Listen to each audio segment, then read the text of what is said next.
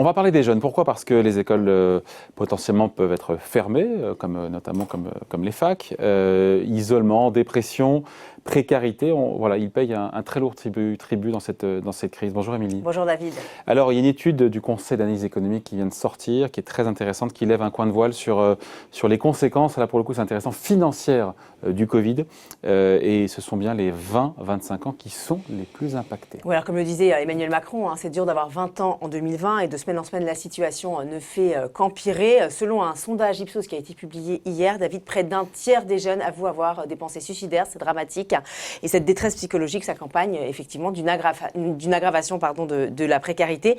C'est ce que nous révèle le CAE qui dresse un bilan en temps réel de la conjoncture. Alors pour cela, il a épluché des outils d'analyse assez nouveaux, des données bancaires qui appartiennent notamment aux clients du Crédit Mutuel. Vous avez également des données de mobilité ou de téléphonie. Et le résultat, il est sans appel. La crise pèse 2 fois plus sur les jeunes que sur le reste de la population. Voilà, et on se dit sans doute que c'est parce qu'ils ne bénéficient pas, comme le reste de la population, des mesures de soutien à l'économie. Oui. C'est ça peut-être qu'il explique? Alors comme le souligne le CAE, les jeunes sont en quelque sorte la variable d'ajustement quand il y a des crises. Certains, par exemple, ont voulu rentrer sur le marché du travail et malheureusement, vu le contexte, leurs espoirs ont été vite douchés. On va rappeler d'ailleurs que selon les derniers chiffres de la DARES, le chômage a augmenté de 7,5% chez les jeunes en 2020. Et puis ceux qui sont encore étudiants multiplient en général souvent les petits boulots.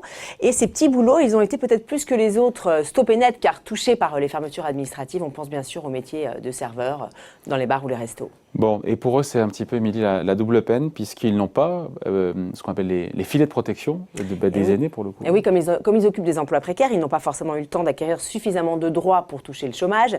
Et puis, on va rappeler que quand on est jeune, on n'a pas le droit au revenu minimal d'existence, le fameux RSA de 565 € par mois, qui n'est accessible qu'à partir de 25 ans. Donc, vous voyez, quand on n'a pas la chance d'avoir papa et maman qui vous soutient, ça peut être très dur. D'autant qu'apparemment, de plus en plus de jeunes poussent la porte des associations caritatives. Ça veut dire certains n'ont plus de quoi manger. Et puis, au passage, en termes de perte de revenus, ça donne quoi alors? Alors, selon le CAE, ils ont subi depuis août une perte de revenus entre 5 et 10% par rapport à la même période l'année dernière. Et à titre de comparaison, le reste de la population s'en sort beaucoup mieux. La chute de revenus se situe entre 0 et 5%, comme vous l'avez dit.